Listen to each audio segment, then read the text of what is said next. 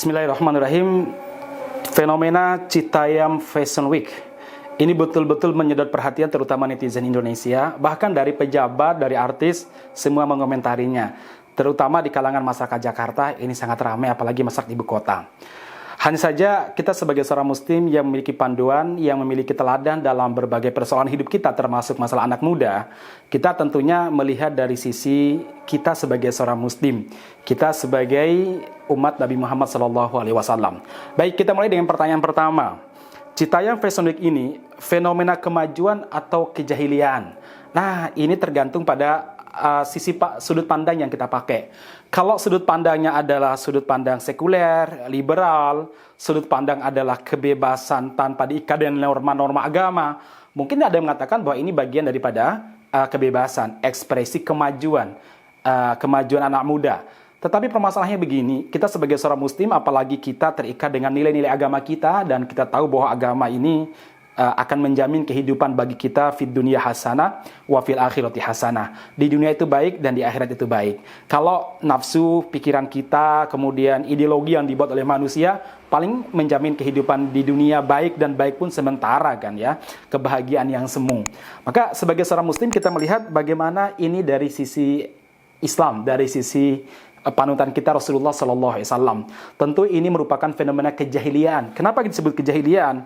Karena di sana ada ekspresi yang tidak benar. Contoh, ada gaya-gaya LGBT, di mana gaya ini adalah gaya, apalagi perbuatannya dilaknat oleh Allah Subhanahu wa Ta'ala. Mungkin ada yang mengatakan itu bukan LGBT, cuma gayanya doang. Ingat, Rasulullah SAW pernah bersabda, "Man tashabbaha biqaumin fahuwa minhum."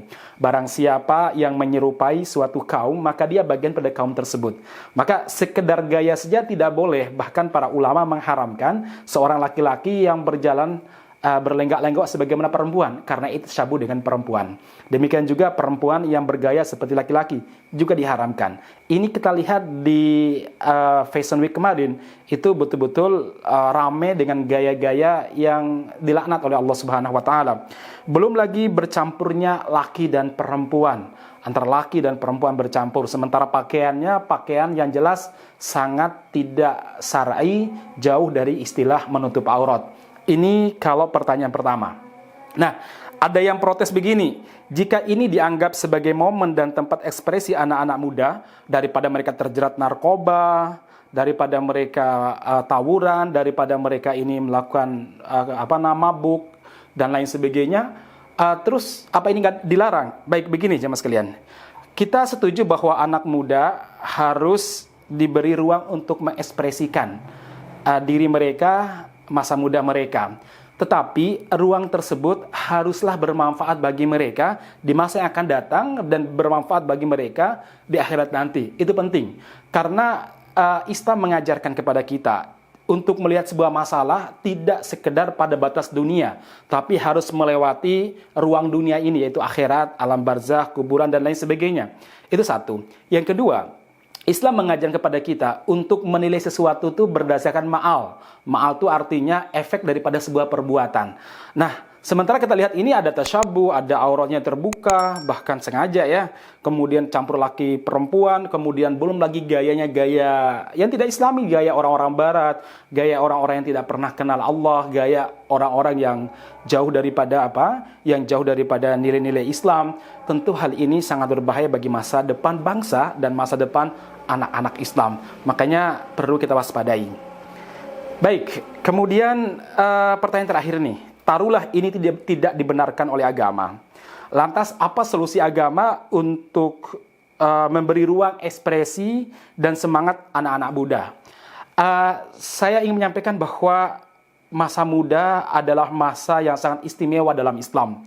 Terbukti, salah satu yang menjadi bahan pertanyaan bagi seorang hamba kelak di hari kiamat adalah an-syababi fima afnah, tentang masa mudanya di mana dia habiskan. Nah, masa muda yang paling baik adalah masa muda yang dihabiskan dalam rangka ketaatan kepada Allah Subhanahu wa taala, belajar Islam, kemudian terlibat dalam aktivitas dakwah. Makanya Rasulullah SAW pernah bersabda, ada 7 manusia yang kelak diberi lindungan oleh Allah di tempat VVIP di hari kiamat, di mana tidak ada perlindungan kecuali perlindungan Allah Subhanahu wa taala. Apa itu? Salah satunya syabun, seorang pemuda nasya'a fi ibadatillah, yang masa mudanya dihabiskan untuk beribadah kepada Allah Subhanahu wa taala. Ini poin pertama. Poin yang kedua, ini sebagai tantangan bagi komunitas hijrah dan komunitas dakwah anak-anak muda untuk memberi ruang kepada mereka, anak-anak muda, supaya mereka yang tertarik dengan Islam. Sekali lagi, ini medan perjuangan teman-teman di komunitas dakwah, di komunitas hijrah, dan di komunitas dakwah anak-anak muda. Mencari cara dan mencari acara yang membuat mereka tertarik dan bisa meninggalkan semacam Citayam Fashion Week ini dan sejenisnya. Contohnya apa? Dakwah on the street misalkan, kemudian mengadakan kegiatan di alam misalkan, sehingga jangan sampai kajian-kajian anak muda atau pemuda hijrah itu eksklusif, hanya dinikmati oleh sebagian kalangan. Tapi dakwah on the street diperbanyak. Kemudian dai-dai jangan malas hanya di masjid dakwahnya, kemudian di hotel yang mewah. Cobalah turun di jalan bersama dengan anak muda, ngobrol dengan mereka. Ini membuat kita bisa memberikan ruang bagi anak-anak muda berekspresi secara Islami. Jadi sebenarnya banyak jalan menuju surga dan banyak cara untuk mendapatkan hidayah.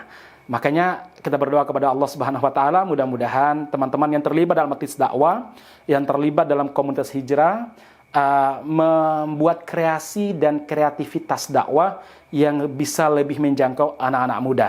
Selamat beraktivitas dan selamat berjuang di medan dakwah. Assalamualaikum warahmatullahi wabarakatuh.